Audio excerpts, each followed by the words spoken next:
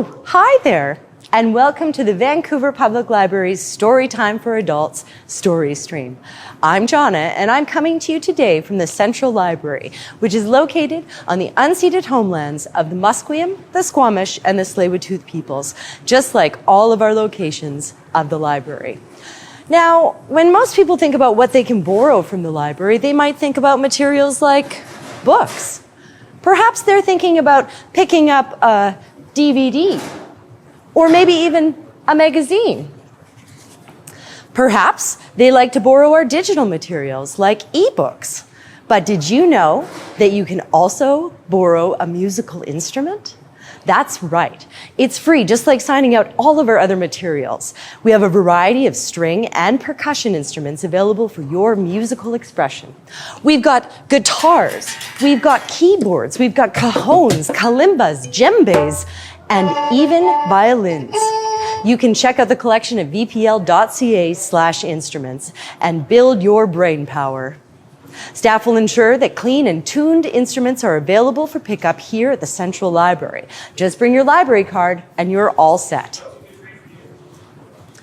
Now, if you haven't guessed it, today's story is all about music, how it can bring us back to a space and a time with just a few notes or a familiar refrain. In specific, the sultry songs of Elvis Presley, as experienced in the non-fiction travel memoir Elvis, Elvis, Elvis, which features in Daniel Wood's wonderful book, Tales of B.C. Daniel Wood was a prolific local author residing in Vancouver, British Columbia, until his recent death in September of 2021.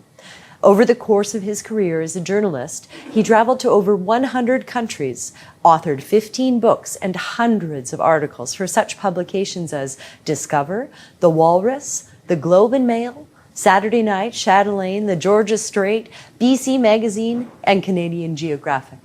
In recognition of his work, the Western Magazine Awards gave him his Lifetime Achievement Award in 2000, the only full-time freelance magazine writer so honored. Daniel was charming and funny, and his work and social activism will live on in the hearts and minds of British Columbians. Without further ado, please enjoy today's story, Elvis, Elvis, Elvis, from Tales of B.C. by Daniel Wood.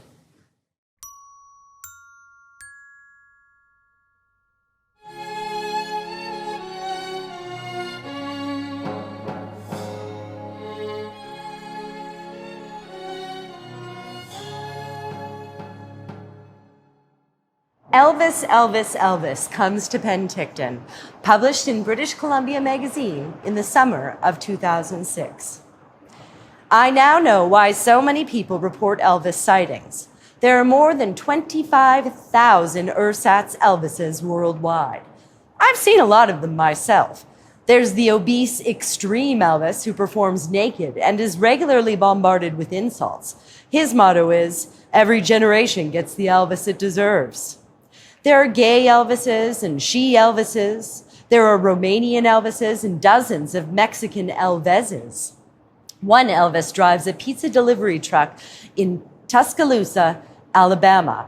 Another was spotted recently on an Ohio sidewalk slugging Southern Comfort. Last June, I opened the door of my hotel room in Penticton, British Columbia, and found 3 Elvises chatting in the hall. There were 6 more in the lobby and 2 outside having a smoke. But the Elvis I wanted to see was at the Denny's next door, eating a cheeseburger. This will soon all make sense, I promise. It's not every day a sane man can observe 20 Elvis lookalikes by noon, but this was no ordinary day in Penticton.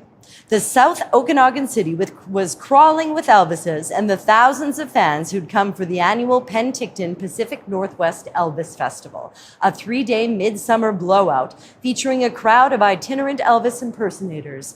They prefer the moniker tribute artists. And more rock and roll music than an old hipster could shake a pelvis at.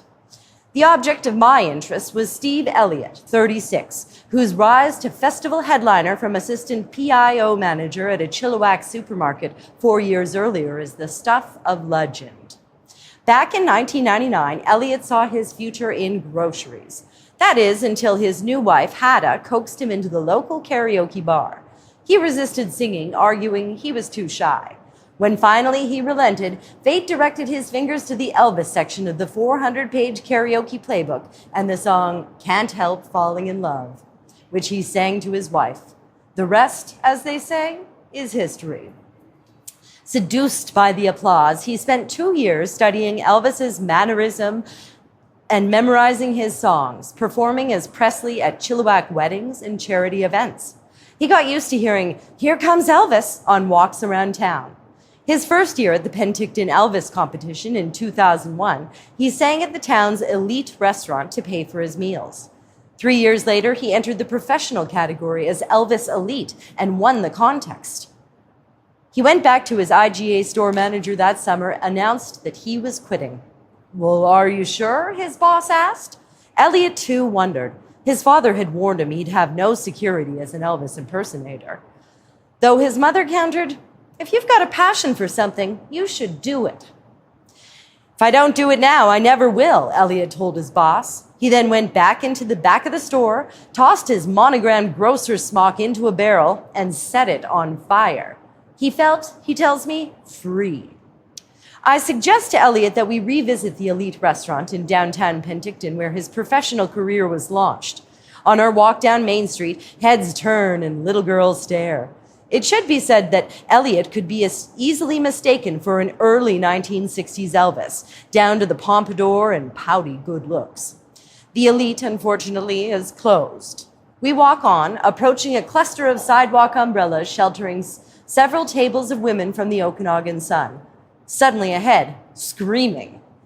Unprompted, the women erupt, pointing and shrieking as Elliot approaches. "Elvis! Elvis! Eee!" I'm flabbergasted. These are, I soon to discover, 15 members of the Canadian Women's Party Animal Synchronized Swimmers Association. I am not making this up. Who have come to town in part to listen to the very man who has just appeared in front of them. They're going bonkers. Elliot and I flee the riot for a window side table in the restaurant. The party animals outside, however, are not easily ignored. They kiss the glass by his face and write backwards "I love yous" with their fingertips. And I can tell from his laughter that Elliot is really, really glad that he burned his assistant manager's smock. A visitor to Penticton during the festival would have to be from another galaxy to be unaware that something odd was happening. Elvis photos stare out from shop windows. Middle-aged women wear pink poodle skirts and saddle shoes. Presley songs ricochet off downtown buildings at Krakatoa in volume. At an intersection, I almost collide with a Ford camper van covered with real vinyl records, dozens of images of Elvis, a menagerie of stuffed teddy bears on the bumpers and mirrors, and a sign that reads, "Penticton Elvis Festival or Bust." Later, I track down the vehicle's driver, Chilliwack's Elizabeth Chihuahua Liz Gorman, who's 63, confesses she travels the Elvis tribute circuit across the West because, well, as a girl, she loved Elvis. His good looks, his voice, his movements, Presley made her feel sexy.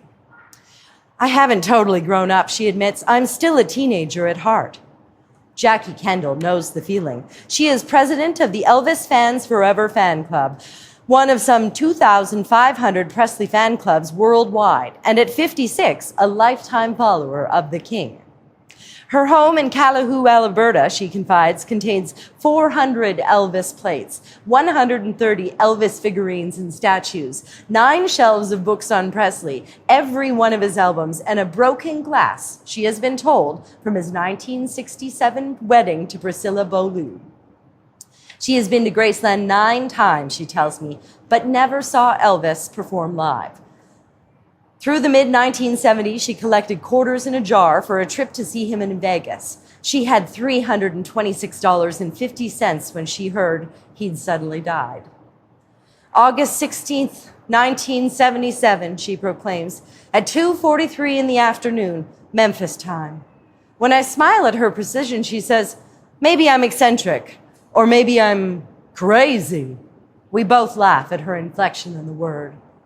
"No," she continues, "it's not crazy. It's about recapturing your youth. No one wants to be 56. It's a refrain I often hear over the festival weekend. Aging boomers looking back, the old songs evoking memories of youthful innocence and teenage lust, of school dances, doing homework, cruising town, making out, always with Elvis singing somewhere in the background. Elvis festival organizer Terry Michaels, 59, remembers it all. How out of the mellowness of early 1950s crooners like Sinatra, a new, insistent rockabilly sound exploded into our post-war consciousness. Elvis changed the musical world, he says. He was raw. His music was raw. He stood out. He wasn't like anyone before. He said to us boomers, "We're here. We have a voice." He was the first voice of the new generation. As a crowd gathers Saturday for one of the outdoor performances, the Elvises primp and fret backstage. There's Brian Simpson of Surrey, the towering elder statesman of the Elvises, sporting a sequined, high-collared white jumpsuit and sideburns the size of gophers. He teaches a course for aspiring young Presleys called Elvis 101. There's his student, Vancouver's Aaron Wong, 30, hairstyled into a tsunami-sized pompadour, who confesses he has never been on stage before. There's last year's amateur winner, 42-year-old CJ Berube from Lacombe, Alberta, in a gold lame sports coat. There's Ben Klein of Spokane, Washington, one of the youngest tribute artists at 25, and Robert Falls of Powell River, among the oldest at 53. Wigs are adjusted on some of the superannuated Elvises, lipstick and mascara applied. There are enough rhinestones and silk orchid lays and practiced hip swivelings here to send anyone into a swoon. And then there's Chilliwack's handsome and charming Jeff Bodner, 45, father of 6, and the lust object, I'm learning, of half the women in the crowd. An RCMP constable for 24 years, and for most of those years as an Elvis tribute artist, Bodner is known and is sometimes teased by his mates as the Elvis cop. When Bodner hits the stage, a roar goes up and he shouts, "I'm ready to rock and roll." He grabs the old bulbous microphone, curls his lip, sets his legs wide apart in that patented Elvis stance, and lets loose on such a night. The man to my right says, when you hear the first couple of words of a song and you know the words and you've known them your whole life, it's like falling in love for the first time. It's like hit by lightning. The crowd is jumping. Boomer grandparents scoop up the young grandchildren whose feet dangle in the air. A dozen graying members of the Summerland Tutti Fruttis shimmy in the audience. Dressed in red and purple, they're representing the International Red Hat Society of Women Over 50 who just want to have fun. Toes tap and people mouth the words as Bodner struts across the stage. He ends, thighs quivering, and says in that famous baritone, thank you very much." The woman to my left whispers, "No normal woman can see Elvis without getting excited." Her eyes flash with illicit implication, and then she giggles. It goes on like this all day and late into the night. Simpson does Unchained Melody. Klein does Such a Fool as I. And it goes so well, it's easy to believe that he is the king. Berube jumps off in the audience beside fan club president Kendall and begins to sing Young and Beautiful to her. And she, from her rapture, seems, for those few minutes, to forget her concerns about growing old. Others run through the Elvis classics, Heartbreak Hotel, Blue Suede Shoes, Teddy Bear, Amazing Grace, Return to Sender, Are You Lonesome Tonight, Hound Dog, ballads, gospels, rock, country, and blues melodies that strike at the heart of every boomer and link that generation to this. It is nearing midnight when I leave the performance site, with Elliot still on stage, completing his last set. My walking route to the hotel falls within the cone of sound issuing from the main stage speakers. The sidewalks are mostly empty. Street lights are spotlights. The blocks, like the decades, slip away. The music, the teenage loves, the memories, the rustling of the Okanagan cottonwoods, all accompanied by Elliot's singing. As I reach my hotel parking lot, I can just hear the final bars of Elliot's closing song, the Elvis remake of Frank Sinatra's classic, My Way.